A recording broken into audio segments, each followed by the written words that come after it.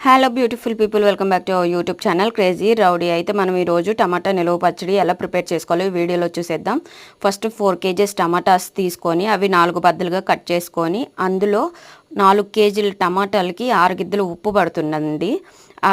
ఆ ఉప్పు అవన్నీ వేసుకొని 2 రోజులు ఊరబెట్టుకోవాలి. ఊరబెట్టుకున్న తర్వాత 2 రోజుల తర్వాత ఏం చేస్తామంటే ఆ టమాటా ముక్కల్ని పిండితే ఆ రసం వస్తుంది. ఆ రసం పక్కన పెట్టుకొని ఆ పిండిన ముక్కల్ని 2 రోజులు ఎండబెట్టుకోవాలి. ఎండబెట్టుకున్న తర్వాత మనం రోటి దగ్గర తీసుకొచ్చి రుబ్బుకుంటూ ఆ వాటర్ని పోసుకుంటూ రుబ్బుకోవాలన్నమాట.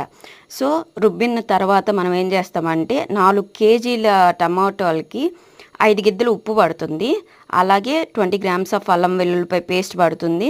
అలాగే 2 చెంచాలు మెంతిపొడి, 2 స్పూన్లు పసుపు, ఒక 100 grams ఆయిల్ పడుతుందన్నమాట. ఇవన్నీ ఒక్కొక్కటిగా వేసుకుంటూ తిప్పుకోవాలి. అలాగే 300 grams చింతపండు కూడా పడుతుంది.